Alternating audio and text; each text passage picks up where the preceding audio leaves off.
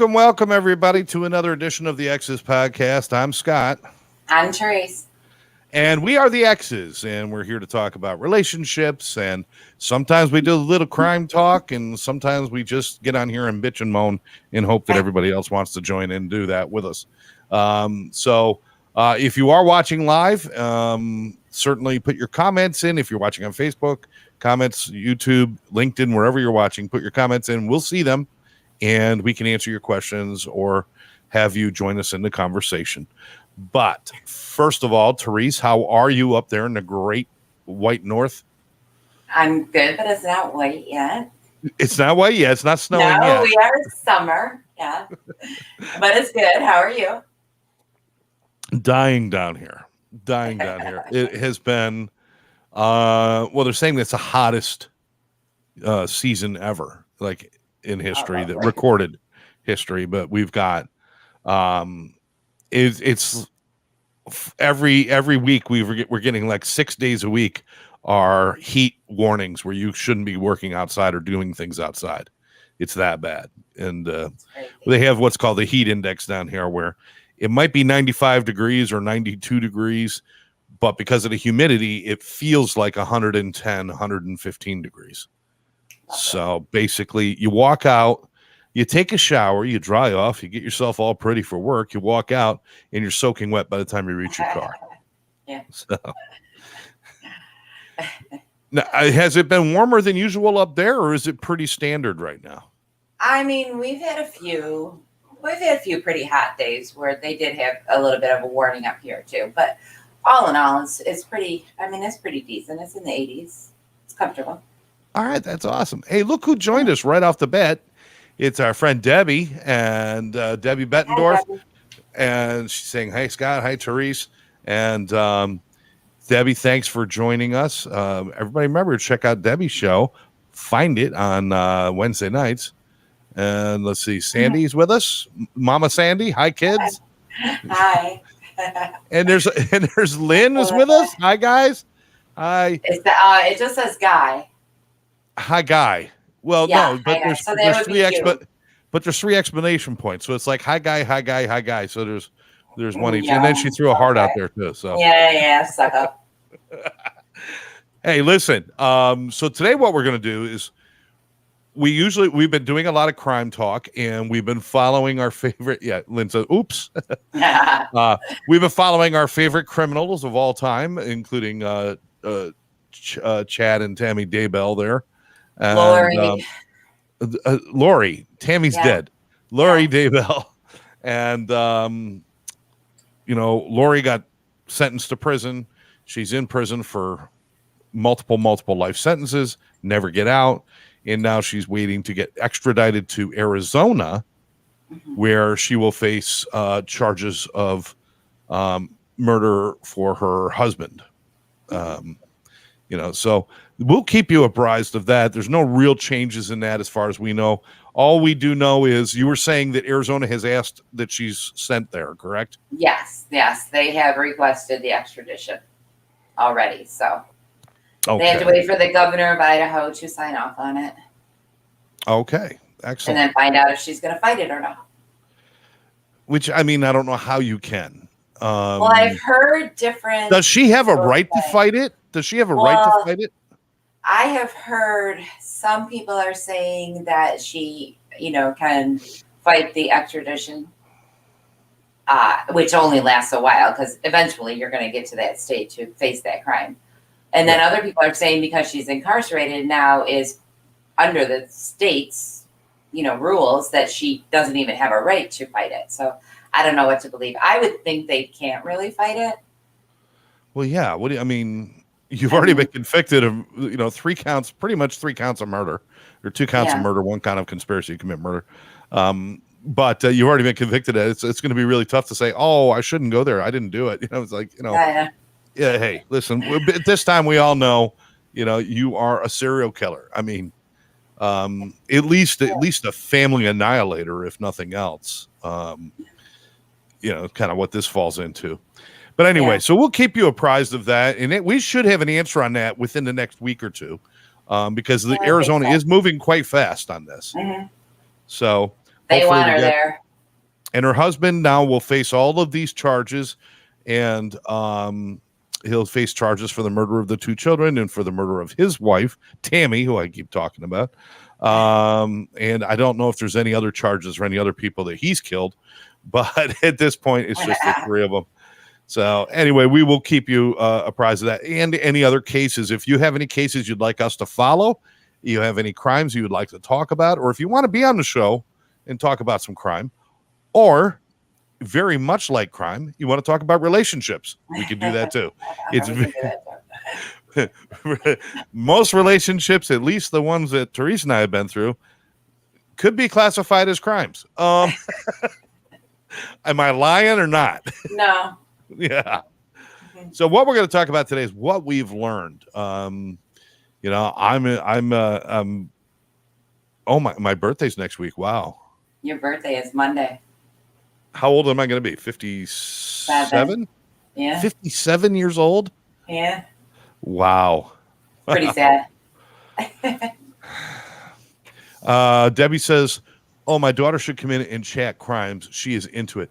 Debbie, we would love to have your daughter, maybe the 2 of you come on and join us one time, and we'll talk about some crime. We'd certainly love to have that. So 57, I'm going to be 57 next week. And, you know, I'm not going to mention how old you are. Yeah. Let's just say similar. We'll say similar. Similar. In our times, we've had not just our relationship that we've learned a lot from. And I certainly, speaking for myself, I learned a whole lot from our time together and then our time apart and different things about me.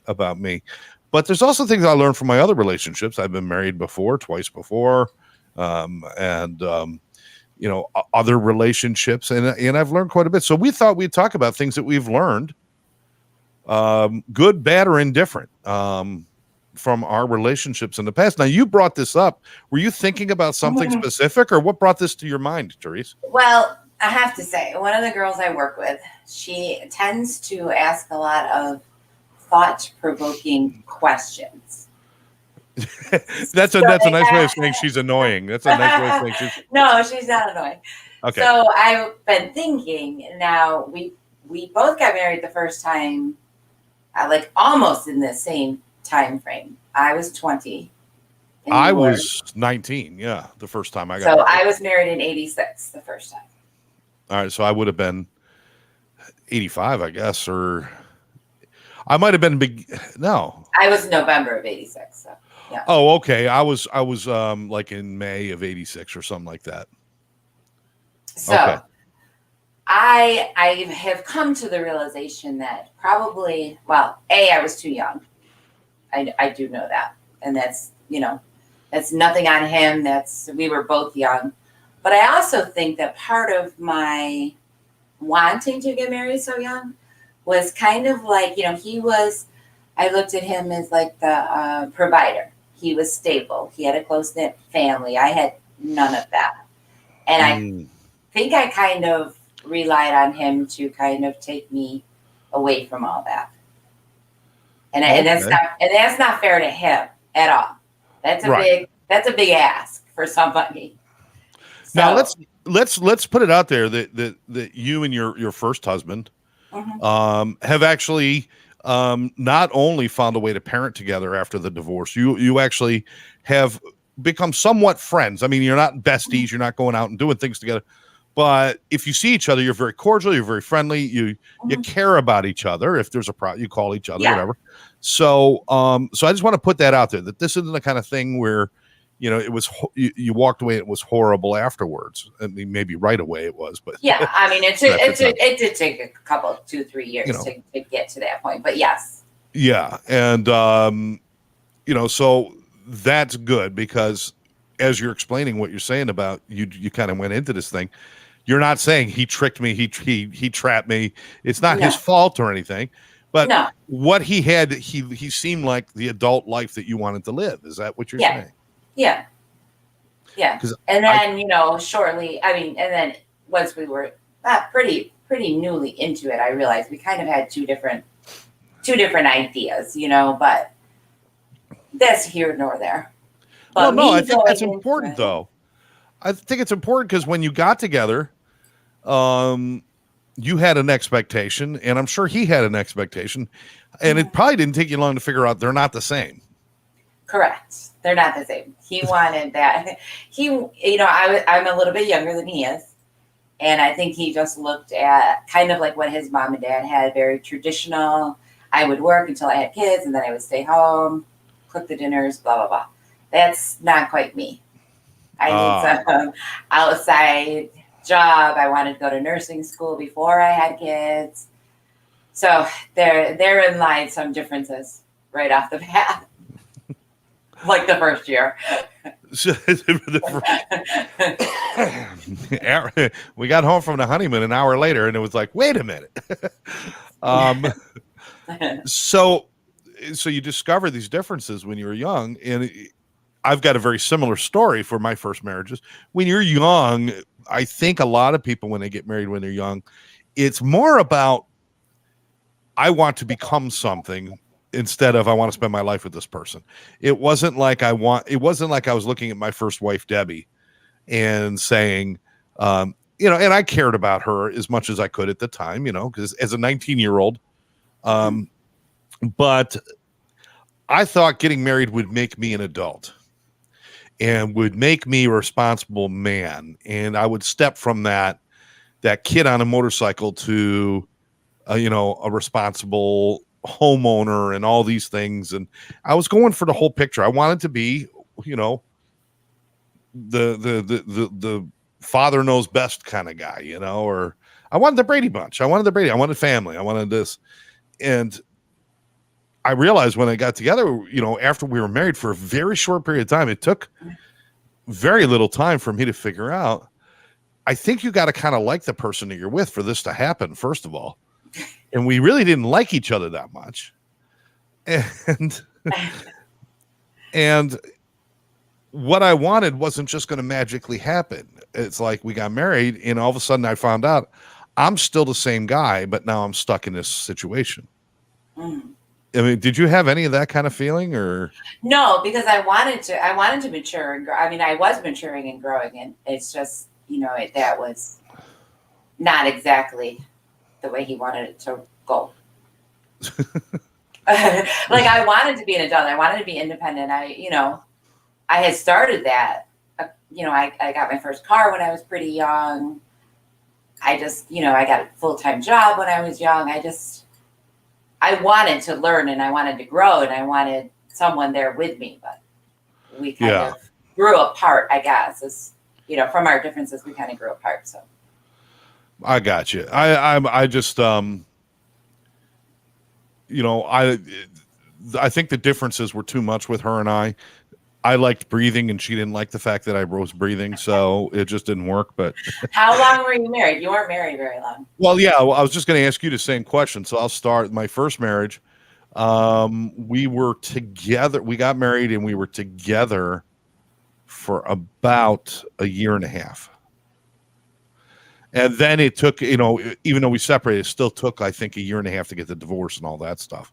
But I think we were only together for a year and a half, maybe a little bit more. The truth is, I don't remember a lot of it. Honestly, I don't remember a lot of it. I remember little moments and glimpses, but I can't remember the whole timeline. Of course, you know me, my memory is like shot anyway. So, yeah. But there were things that I've learned right off the bat that were important lessons. Now, how long were you married to your first husband? Almost 8 years. Wow. Just shy of 8 years. Mm-hmm. Okay, but you knew towards the beginning, this isn't quite what I was thinking. Mm-hmm. Did you voice that? Did you talk about that? Did you work on that? Did you come to compromises, or did you just kind of close down and go through the motions? Well, I mean, how did that work for you? No, I mean, I did fight to go to nursing school. I obviously went to nursing school. You're right. So I fought to do that. Like I had to stick to my guns and say, I am doing this. I am signing up next fall. I'm doing it. This is what I want before I have kids. And then, because back then nursing was very, very flexible and I could do per diem and I could do part-time. And, I was told when I was a teenager I may never have kids, so who knows when that was going to happen. It happened. yeah. It happened in a time, not too long. But for the first year, I wasn't even thinking about that. I was just trying to get established and get a career, and I wanted that. So I did go to nursing school, and it kind of like whenever we did have an argument, that would come up, the fact that he, had to support me and pay through nursing school. And He didn't like that. He didn't like that. No. And was it because do you think that was just because of his family tradition of, I think so. Yeah. I mean, he was young too. He was only 24 when we got married. So, I mean, he was pretty young too. And I just think that, he couldn't understand why just being his wife and the mother of his future children, that wasn't enough for me. Oh, okay. But it wouldn't have been enough for me. I had to have some outside stimulation, Not that there's anything wrong with that, if that's what you want. No. But that's not what you wanted. You wanted from the beginning. I know even back when we were kids, you already knew you were going to be a nurse for somehow, or it was something you've always known. Mm-hmm. I had applied and when I was a junior in high school, St. Joe's School of Nursing didn't accept me. Well, because he really wanted to get out of the house, people. She really wanted. I hadn't really taken anything towards a nursing career. I had taken a lot of business just because I was very shy and afraid to go to the public school. So I took a lot of courses that my friend Therese took. So I wasn't really taking the path to go to nursing school. But the rest of your family was supportive of you doing all these things. So the Gallup family was all supportive of you becoming your own person and working and doing all that. Yeah. Because that's the family you come from. It's like, you work and it's fine. As long as I didn't ask for money, yeah. Good point. Good point. So this is interesting. You knew something wasn't right. You already had some conflict.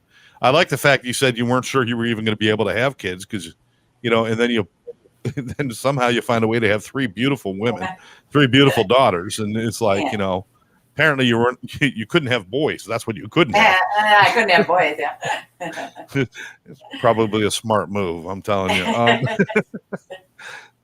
So what is your takeaway from that? I mean, that couldn't have been a great, not to take anything away from your husband, because like I said, I know him too. And I think he's a good guy. I think you guys just come from different worlds is what it was. Yeah.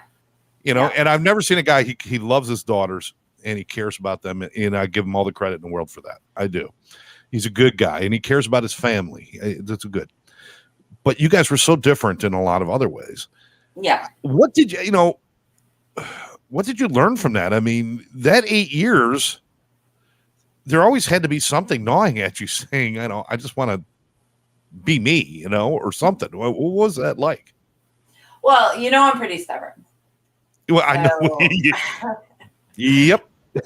So I did go to nursing school. I did start working and, it was fine for a while. He kind of held that over my head, but that's okay.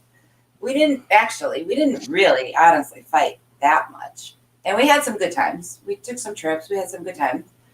And then I got pregnant with Jessica.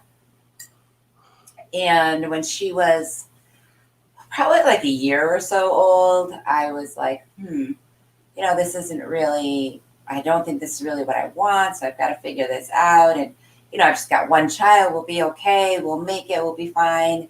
And then when she was 15 months old, I was pregnant with Emily. Wow. And so I tried. We tried to make it work. I went to counseling because he really didn't want to at the time. And then we finally separated when Emily was like 3. So tell me the lessons. Tell me the lessons from marriage number 1. And I'm not sure because when I look at the fact that we were both married once and then we kind of went right into another marriages, that we didn't learn a lot of good lessons, but did you learn any lessons from that one? I think my expectations were unrealistic, right? Yeah. I expected him to be like my savior, and that was not fair to him. I was not typically am not a very good communicator because I really don't like conflict. So I try to avoid it as much as possible. Right. So Right. I try to get, I tried to like do counseling, and I did counseling for myself. And then there were some things from my own self, my own past that I hadn't dealt with. Okay. So I had to, in the time that after we separated and divorced, I worked on that on my own side. Because I think that, when you're kind of, I don't know.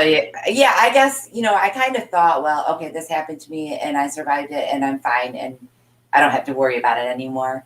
But that's kind of not the way to go into being in an intimate relationship with another person. Right. Yeah. Because there's things that you got to deal with on your own, or they're going to pop up now and then. And I think that affected us too. It's some things from my past that popped up that affected me as well as our relationship.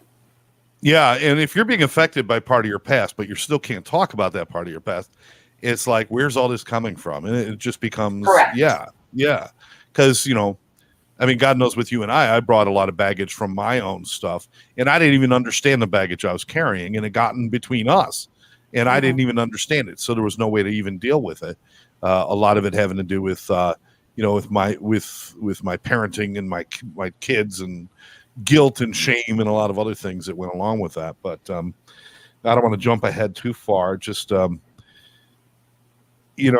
with my first wife, again, she was,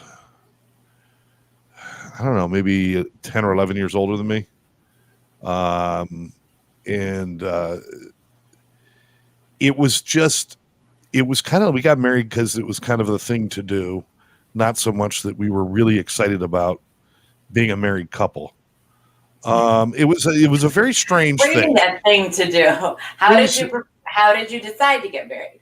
Well, I asked her to marry me because I couldn't figure out what to get her for Christmas.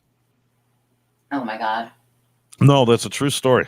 I could not figure out what to buy her. How long were you together before that?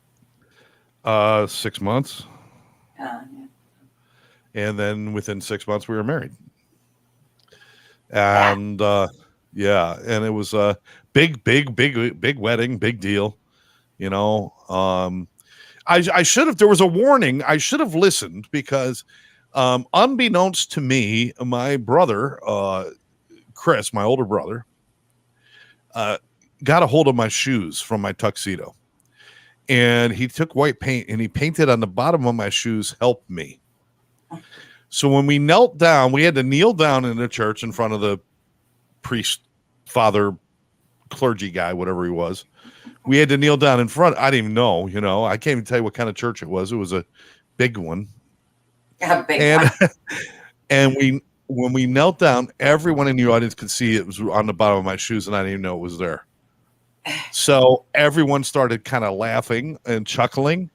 And Debbie and I were just kind of like, laughing along, like, everybody's having fun. This is great. Not realizing they were laughing at the fact that said, "Help me" on the bottom of my shoes. There was a warning sign. But I'm going to tell you the God's honest truth. I learned nothing at that time. I didn't walk out of that relationship a better person. I didn't walk out of that relationship stronger or more independent. I walked out of that relationship angry. And because the entire relationship was anger. I was no good at communicating how I felt. I was no good at standing up for myself. I was no good at telling somebody that you hurt my feelings without getting mad. Everything I did was anger based. And this actually explains a lot about how our relationship went, because in my first two marriages, my anger led me through everything. And so I was so afraid of that anger that I stopped saying things and being honest and truthful, and I just kind of shut down. And that was something. I didn't learn that lesson about my anger until all the way into my second marriage. But that was my first marriage, was really that. Beth is with us saying hi. Hello, Beth. Thanks for joining us. We're talking about relationships, things we've learned in relationships. Please join in. Anybody shout out there things that you've learned in relationships or questions you have. We're pretty much open books. What's kind of funny is we talk more openly sometimes on our show than we ever did together when we were. I know, right? Crazy. We never would have said these so things. Maybe I didn't learn so much. It is pretty amazing. It is pretty amazing.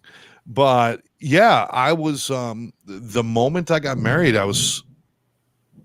Did you hear that? Yeah. Big thunder. Big thunder. Oh. Okay, if I get struck by lightning on the show, tell it to America's Funniest Home Videos, and you'll be rich. You'll be dead, but I'll be rich. I'll be dead. You'll be rich. That's all right. My gift to you. Merry Christmas. So anyway, I was the truth is getting married at that 18 to 19-year-old range. I was not mature enough to handle a marriage. I was still a kid. I really was. I was still, men don't mature the same as women either. We know that. Mm-hmm. We know that 18-year-old man is not as mature as an 18-year-old woman. It's just it's right. It's rules. It's rules. It's whatever it is. Rules. It's rules. And so I spent the entire time angry, and I never once learned how to say, if somebody said something to me that was bothersome or I didn't like, I never learned how to do the whole thing where you say, that hurt my feelings, or can we not do that? I would immediately go to screaming and yelling. And it was not a part of me that I'm very proud of. I talk about it openly now because I am not that person anymore. And I think people who know me now today know that I am pretty far from being that person anymore. But that's how I lived my whole life, was being angry and being mean.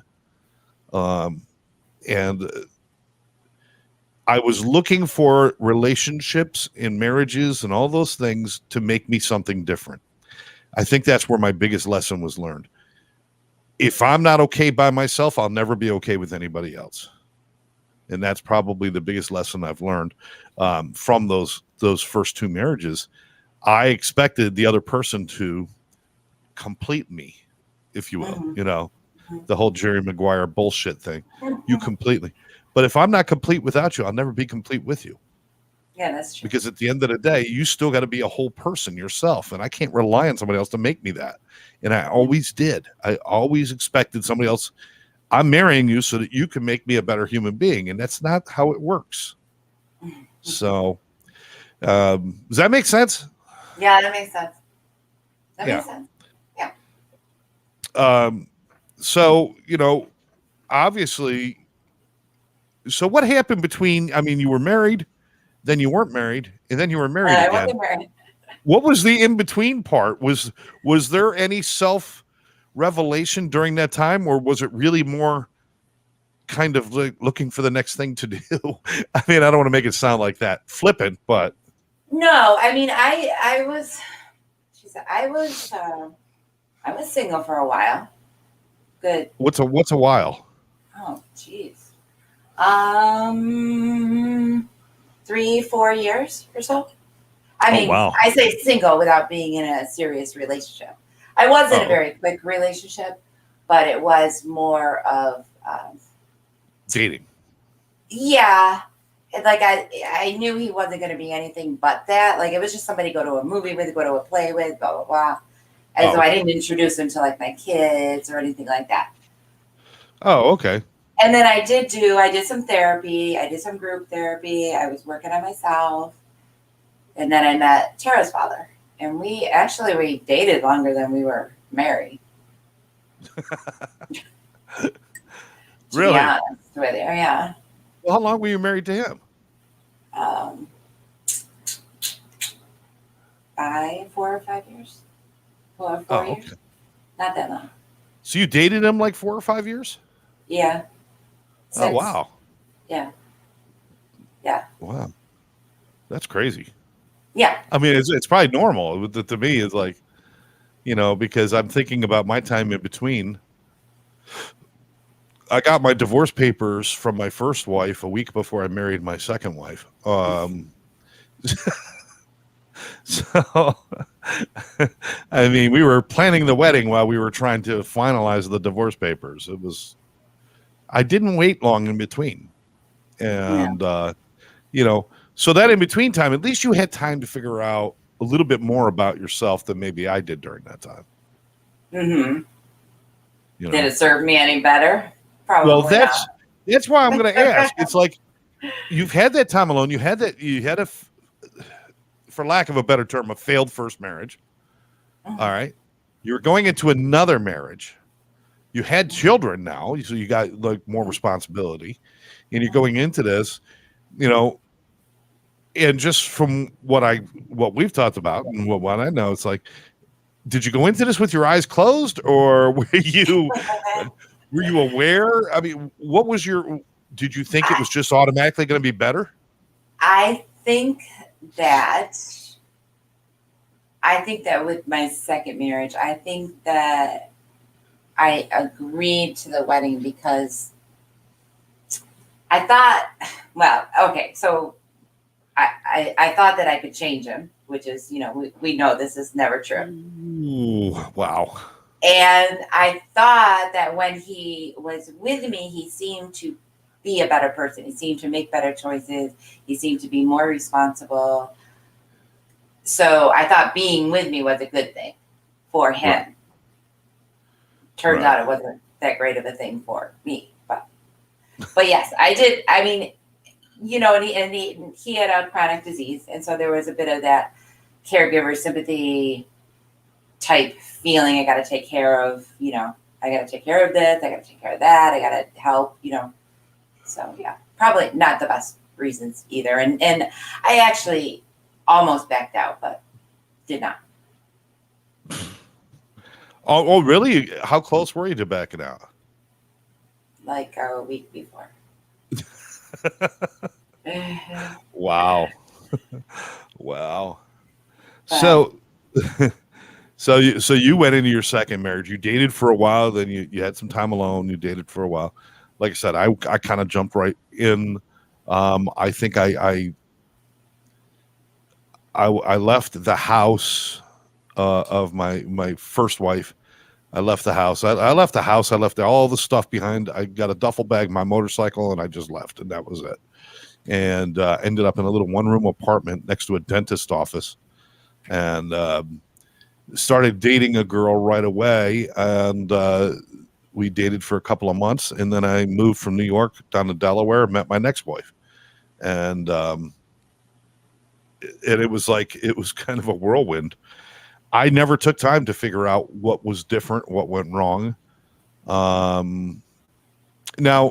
just so people understand my story, I was sober during this time because I was a drug addict, alcoholic when I was a kid, and I got sober in my, around 15, 16 years old, and I stayed sober for quite a long time. So I was sober through my first marriage. She was supposed to be sober, but it turns out she wasn't. And that's another one of the reasons why things fell apart. And then with my second wife I met, we were both sober. And after our first 10 years together, then we both fell off the wagon, and that's when things really went off the rails. But I never took that time to grow.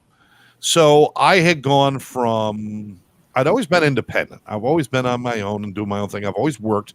From the time I was 12 years old, I've always had jobs, I've always worked. I've always taken care of myself somewhat, but I just always needed somebody in my life. I needed somebody because I couldn't stand being alone. I just absolutely could not stand being alone. I felt that a man who is alone is not a man, and it was almost that silly. I couldn't be complete unless I had somebody there who loved me, and that was a hard thing for me to deal with, and that dealing with that didn't happen until these last couple of years. So, my biggest lesson in all of the marriages and stuff has to be that if I'm not okay by myself, I'll never be okay with another person. I already said that, but it's the biggest thing. And that if I get into these relationships, I love the fact you said I could, I thought I could change him, I know what I'll do this time. Yeah. I'll change him. Yeah, that's never a good idea. It's not good. Do that. No, it's not. It's not good. And so, what else do you want to add to this story? because I've got a list of things that I think that are lessons learned that we could go over and Okay, go see how ahead. they apply. You want to do that? Sure. Okay. Um, the first and most important lesson in relationships, and like I said, I pulled these up and I went through probably uh, 5 or 10 different publications on relationships before I found something that I thought really applies to my journey, and maybe it applies to yours too. Okay. Number one, do not forget your own worth. And I think I did that. Just the idea that I'm not worthwhile unless I have somebody with me tells me that I don't know my own worth. And I think in relationships, even with us, sometimes I felt I could never be fully honest because I never felt worthy of making mistakes or being human. It was very strange. It wasn't anything anybody else did. You didn't do it. My ex-wives didn't do it. Nobody did it. That was on me. I never carried my own worth. What do you think about that? I think that's probably accurate. And I think that I do have some, I guess if you parlay that into insecurity, I had a lot of insecurities. Yeah. And that's, and that's on me. That's my own inner struggle, if you will. But it's hard to actually be fully in a relationship when you have those insecurities because, I was holding on to things maybe I shouldn't have because I didn't want to lose that. Right. I totally got it. Totally got it. And I think a lot of people do that, is that they don't think they're worthy of having their needs met, is another thing. And that could be insecurity as well. It's like, I need something, but who am I to speak up? Yeah. Another one is listen to your gut. If your gut's telling you something's wrong, deal with it. Don't just bury it. Talk about things. Listen to your gut. That's another thing I never did well. If things weren't good, it was easier for me to pretend it wasn't happening than to actually say something or deal with things. And I know that's an issue that you and I had as well. I eventually do. I mean, I listen to my gut. It takes me a while to actually act on it, but I've listened to it. Yeah, but there's a difference between listening to your gut and dealing with it, and waiting until your gut needs a full-fledged operation. And that's kind of what we do. It's like, wait until it gets so bad that now I'm resentful and angry and sad and all these other things. Well, you never want to fail, right? You never want to admit that you failed at anything. I didn't want to admit that I failed at my first marriage. I didn't want to. Well, yeah. My second marriage was a little bit of a different story, but I never wanted to admit that I failed with you. Like, I didn't want that to be a failure. Right. I wanted that to be the end. Yeah. I mean, it was even to the point where we had separated for almost a year, or right around a year. After a little while of being apart, we started staying in touch again and talking, and then a series of different things went on, and we visited each other, and then we ended up getting back together, and we were so desperate not to let this thing fail. And I know the biggest part of it is because certainly because I do love you, and I love who we are when we're together with each other, but the best and the strongest part of that is that you're like my favorite person on the planet. You're like my best friend, but I wasn't healthy enough to be in a loving relationship. And that's the unfortunate part. But I didn't want to lose my best friend over that either. So it was kind of a mess there. Yeah, kind of a mess. Setting boundaries. That was something I always had a hard time doing in relationships. I had to learn how to do that. And again, that's the new things that I'm learning, is speaking up for yourself and saying things are acceptable or unacceptable without exploding, without being mean or anything, but simply say, I need this. Sometimes boundaries are, I need this, or I need you not to do this, or something like that. But people need to speak their boundaries, because we don't know. We probably step on people's toes all the time, and they just don't tell us. We don't know that we're hurting them, right? Right. Okay. don't give up things you enjoy because of other people. Yeah, I agree with that. I've had relationships where I've had to give up my friends, I've had to stop doing certain things. And it's like, that's just a recipe for resentment. Yeah. Did you have any of those experiences where you couldn't like be with your friends and do the things you wanted to do because of the other person? I did. Yeah. I hope it wasn't me, but if it was, I accept it. I understand. No, it wasn't. It was just, it was an ordeal if I wanted to go And it shouldn't have like, a girls' night or anything like that. Although there was boys' night every week on like clockwork. And, I made a lot of excuses at family functions because I would end up there by myself. And, Yeah. And that was never good. That's never good. And, and I know that because it would even get to a point where I would want to say go golfing or something. And I already knew that it was going to be like turmoil for me to even say I'm going to be gone for the whole day. So yeah. I wouldn't even ask. I would just not go, and then I'd be resentful about it. Yeah. I wouldn't even talk about it. I wouldn't even fight about it anymore. It was just like I'm just giving up on stuff. And that's horrible because, and then that lends itself to you don't count, and it makes your insecurities even worse. And that leads us to the next one: make time for your friends and family, which is important. That's important. You can only change and control yourself. There's one. There's one. Yes, I have learned this. But you shouldn't have to see. This is the funny thing, though, in relationships. You can only change yourself, but you shouldn't have to be the only one to change. True. I mean, you do. If you're going to be in a relationship, you have to make certain compromises. Yes. It's not like you have to say, "All right, I'm this and I'm that." Am I that's buzzing? That's you. Me. You're buzzing. One person's here, one person's there. At some point, you got to cross over a mesh, and during that period of time, there's got to be the compromise a little bit here and there. But you can't force somebody to do that. They either do it willingly or they don't. Right. And I know. I mean, this is a human problem, Therese. You meet somebody because they're different and they're exciting and they're awesome and they got all these new ideas and new thoughts and they do new things. And then as soon as we're in a relationship with them, we want to change them to be more like us. And then, well, I kind of don't love you anymore because you're not the same person I met. Well, of course you're not, because you just changed me, So the change thing is funny. Or you go all in, right? Hi, Debbie. Or you go all in on what they like to do.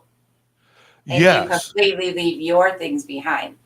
So there's these new and exciting things. And yes, you can learn new things and enjoy new things, but you can't completely leave yourself behind. Right. To do only what they want to do. Right. Exactly. And that becomes hard because there's times when you do geographical changes, kind of like we did, where we moved down here and our whole life became about what the business I was trying to do. And it really wasn't enough about what you wanted. And I understand that now. And I didn't understand that then. I wish I didn't. Wish I did. Yeah. Well, I wish I did too. I mean. Yeah. Well, we never talked about it. Why? Because, just make everything pretty. Make everything nice. It's all okay. It's all good. See, Debbie says it's always a compromise and never 50-50. No, there is no 50-50. You know why there's no 50-50, Debbie? Because some people have better skills. I'm not as good as organizing and paying bills. I'm not. I forget shit all the time. If somebody else is better at that, they should be doing it. So they're picking up maybe 70-30 of that responsibility. But then there's other responsibilities I'm better at, so I'll get 70-30. It's never really 50-50. We should be able to play to our strengths. But the thing is, in not resent each other for this person handling more of this or this person, but actually celebrate that, hey, this is cool that we're able to do this. But let's see what else I've got here. Stand up for yourself and your needs. We've already kind of mentioned that a little bit, but you know, standing up for yourself is important. Which I am still probably not good at. Well, I think you're better at it, but then again, we're not in a relationship now that would require that. Other than, right. I think we're more honest with each other now than we ever were when we were together. But to stand up for yourself and not when it's like when you see the iceberg coming, you should be able to turn your ship. You should be able to say, I don't want to go there. Not wait until you hit the iceberg and as you're sinking saying, I need this. It's like it's a little too late, Well, it is hard. It's still kind of hard, even like at work and stuff. It's a little like I have to be really pushed in order to stand up for myself because, I guess like I didn't feel like I had a voice for a big part of my life, right? Yeah. You had to keep things quiet, you had to keep things nice, you had to. Do you think part of that might have been how you grew up? Because you grew up in a household with three very loud young men. Three very loud animals. Your three brothers. Well, I grew up with 5 very loud people. Well, I know, but I'm talking about your brothers and you. There was no, your mom and your dad are one thing, but then your brother. And so basically they, and correct me if I'm wrong, and I remember parts of this, they pretty much, you would just get exasperated and just let them do what they did. And you kind of, it's not like you ever literally won that often with them, did you? No, but I also think, I don't talk about it that often, but I do come from a trauma background. And in that abuse, you're silenced, you're quiet. Everything's a secret. You can't tell anybody because, people are going to disown you. People are going to, there's a lot of shame. There's a lot of guilt and you can't speak up.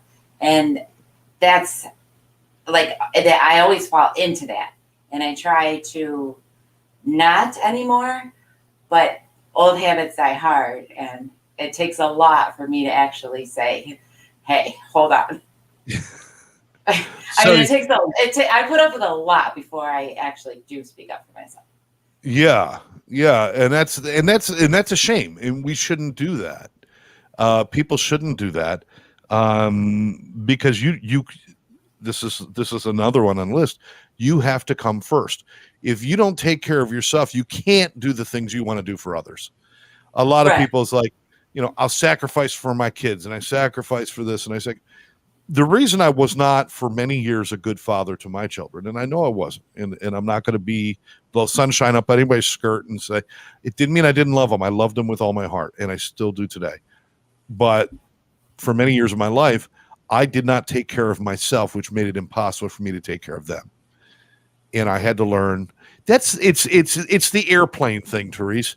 Put your oxygen mask on first, and then you can help others. But if you don't put that on first, you could try to help people, but as you lose an oxygen, you become useless. Yeah. And that's why in relationships, you have to come first for you.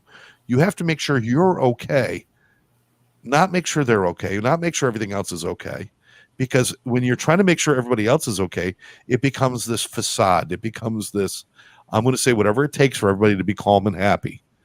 But we're playing fast and loose with things like the truth and things like honesty. And it becomes just make it pretty and make it okay. When we take care of ourselves first, we're able to feel more confident and be more powerful and certainly be more effective to the people we want to take care of, including our kids, our loved ones, our significant others, or our friends. Mm-hmm. Debbie's throwing a big one in here. Let's see. Date nights are always important. We all get so wrapped up in our secondary lives of working, kids, and such. We don't put an emphasis on the relationship. That's a true story, too. It's easy to fall into that malaise of, well, you're here every day. Why do I have to go out with you tonight? Yeah. Yeah, right. And that was something you pointed out. You pointed that out in one of your social media things. I saw it last year or whatever. You pointed out So, when Valentine's Day comes around and there are no plans and there are no dates, there's nothing going on, you got to wonder, where's the effort, or where's the, and I always took it for granted. Priority. Where is the priority? Yeah. Yes. You want to feel like you're a priority. At least some of the time. And I know all of the time you can't, because there are other factors. There's kids and there's this and there's that. But yeah, on special occasions, you'd like to be a priority.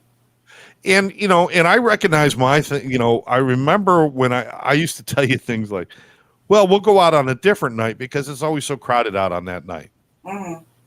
And it wasn't until recently I started thinking about words like that and thinking, like, what I'm saying to the person is, you're not special enough to go deal with traffic. And that's not right. You should have been special enough to go deal with traffic. Well, I think so. As Bruno Mars says, I should have bought you flowers. Well, you know my address, so knock yourself out. I sent you a phone holder. I know. I was using it last night. I know. I got one for me. My phone case, it doesn't fit. It won't fit in the phone holder. So now I got to prop it up with I got a bottle of Tums behind it, propping it up. Anyway, well, that kind of defeats the purpose. I know. No, but date nights are important. Doing that. Taking care of yourself is important, but then step 2 is acknowledging and caring for the other person and doing kind things. You have to go first. You cannot do the nice things and expect your life to get good. Like if what you're trying to do is make the other person happy so that you'll be happy, that ends very badly. I'm going to tell you right now. Yeah. That ends very badly because it ends in resentment. It ends in, okay, why is she over there smiling when I'm so miserable? It's because I didn't take care of myself.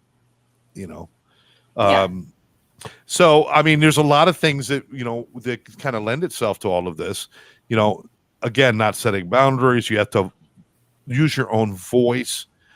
Don't depend on each other for everything. One of the things that I found interesting is there was a period of time when you and I worked together, when we were working at Southwest Ranches together, and we would come home, and it was like there was nothing new to discuss. It was like, how was your day? You were there. Yeah, that's true. I mean, we didn't work it well at Southwest Ranches. We did. We kind of knew exactly how each other's day went. Yeah. I mean, I was your boss. I know we never really discussed it, but I was. Yeah. And I never pulled that card. I never really did. I never said, hey, I'm your boss. Do it. Why? Because you were the hardest working person there. Let's see. Here's another one that's important. I want to add this in before we go. Not making time to play. And it doesn't mean big date nights or anything like that, but it means laughing and doing silly things. How important do you think that is? I think that's important. And I do think that we did do some of that. That was the one thing we were good at, was the silly we played some games together. We'd go to the beach. I mean, just to kind of hang out, even just to walk on the beach. Remember, sometimes we just went down there just to go for a walk, have a cup of coffee. I mean, we did put an attempt in there. We did, and we would play games, and we would watch our shows together and laugh and do all that. By the way, Survivor's coming back at the end of September 27th. Survivor. We would watch the Design Star shows and the clothing shows, and we would pick our people. And you would always pick somebody who made it all the way to the end, and I'd always pick somebody who was voted out on the second show. But even just taking the time to go, to Marshall's together or run over to the grocery store. Sometimes if I was running, you'd be like, "Well, let me come with you," and even that was just kind of a little bit of alone time and a little bit of fun. Yeah, and we just. I know going up and down the aisles in the grocery store, we would laugh. We would have fun and talk and chit chat, and that was really important. I think among all things, having that time to just be at that moment, you're not a married couple, you're not anything else. You're two people who just want to hang out. And that's Yeah. an important thing to have. Find the fun things that you like to do. Towards the end, we started to fade from some of those things, and I noticed that.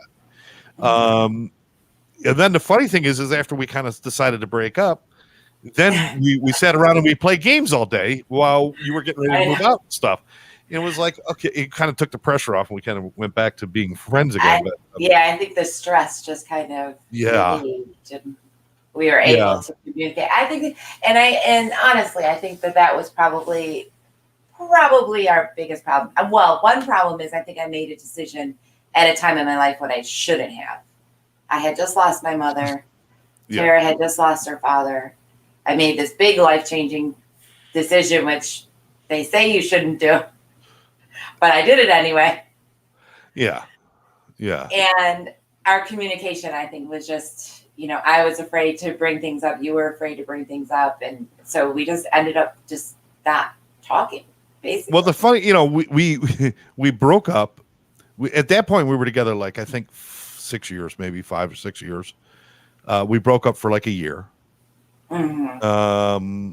So it was like 6 years. That was not the communication breakup. Well, there was a little bit of everything in that. We weren't really communicating well. And there was a lot of miscommunication. There was a lot of things that were going on that I couldn't be honest with you about a lot of things. And the thing is, to be quite honest, I was talking to other people about things I should have been talking to you about.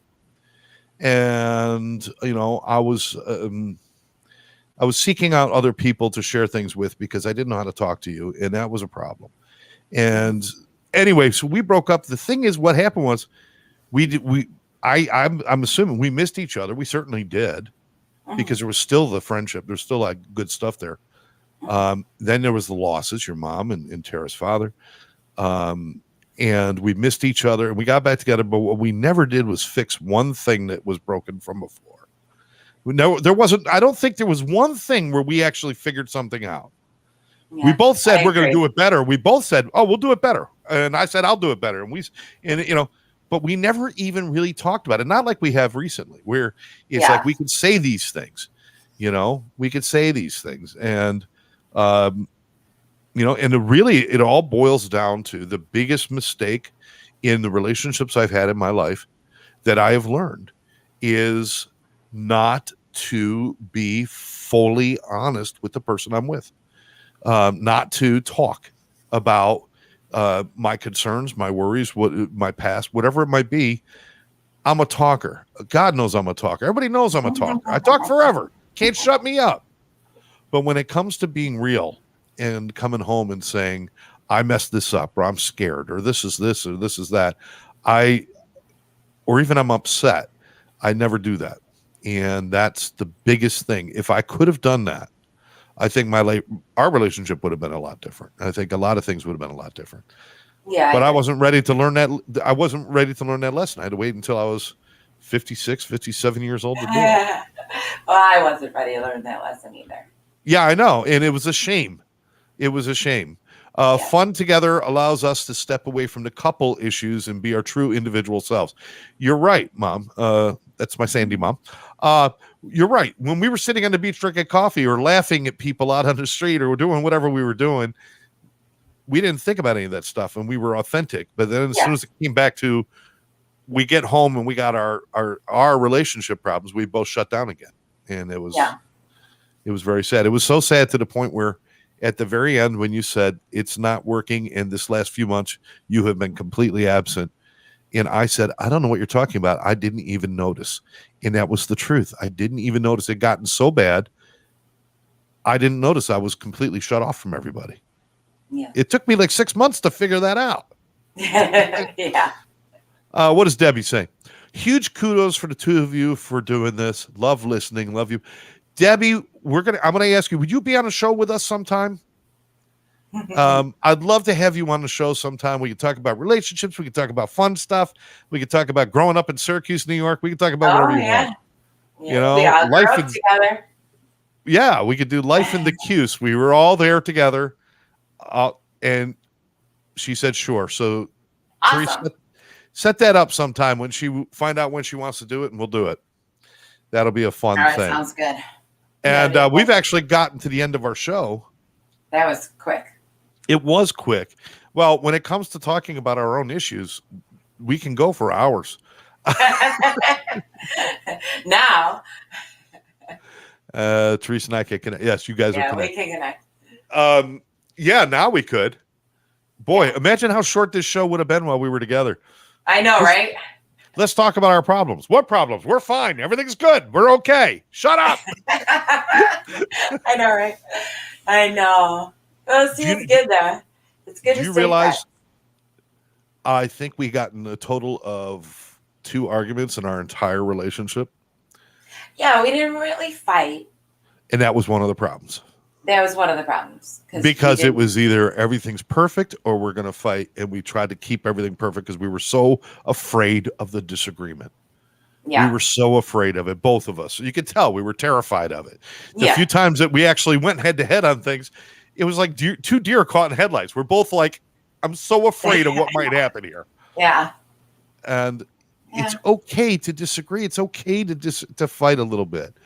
I'm not talking about knockdown dragouts. It doesn't mean the end of the world fighting. It just means sometimes it's okay to say, I don't like you very much right now.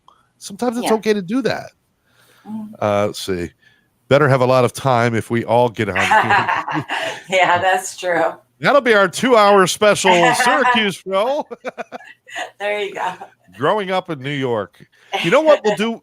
Actually, Debbie, I love this. We're going to do a show with Debbie. And if anybody else wants to join in, we can have other people join in. Let's talk about what it was like growing up 40 years ago. And what it was like being kids. And how, wow, we drank out of hoses and none of us died. And let's talk about all that. And growing up, let's do a show on growing up. That sounds good. We actually have a chance early October. I think, Deb, tell me if I'm right on that. They're opening up St. Vincent's School. So any alumni that want to come and walk through the school, reminisce on our years there. So I'm very excited about it. I think it's going to be awesome. I used to love going to St. Vincent's fairs. The little fairs. They got a parking lot that fits 20 cars, and they fit a whole little fair in this little parking lot. And everybody would come and be like, there's like 3 rides you can go on, and then cotton candy and shit. And we thought it was the greatest thing. We were very simple. SVS get together. So excited. There we go. Yeah. Excellent. Well, Therese, we've come to the end. We've come to the end. We've come to over the end. We're over the end. We are over the top, over the end, and over and out. I want to thank everybody. I want to thank everybody for joining us. Debbie, Debbie Evers, Debbie Bettendorf, Lynn Serrano, Sandy Block, everybody else for joining us. Thank you so much. Beth Glynn, thanks for being here. And everyone else who's listening, we appreciate you. Make sure you reach out to us. If there's something you want to talk about, we'll talk about relationships. We'll talk about, we'll talk about anything. We're millennials, right? No, we're Gen X. We're Gen X. Yes. We'll Gen X. We'll talk about millennials one day, but they're all dumb. They're all dumb. Oh my God. I saw a video of 3 12-year-olds in a room with a rotary dial phone. And they were showing a video, and they said, here's a phone number, call this person. And these 3 12-year-olds tried everything, had no idea how to use this phone. One person, they started dialing, and I'm like, they figured it out. They figured out how to dial, but they never picked up the receiver. They dial the whole thing, then pick up the receiver. It's not their fault. They've never seen it. No, they haven't seen it. But all right, Therese. Again, thanks for everybody for being there. We appreciate all of you. We appreciate you taking the time to join us. And we'll catch you next time right here on the Exes. Any final thoughts? No. Take care of yourself. Learn something new every day. There you go. Stand up. Make sure you put yourself first. And if you do that, then you will be good enough to have another person in your life. You're not going to get it by getting the other person first. You have to take care of you first. So look for that. We look forward to seeing you next time right here on the Exes podcast.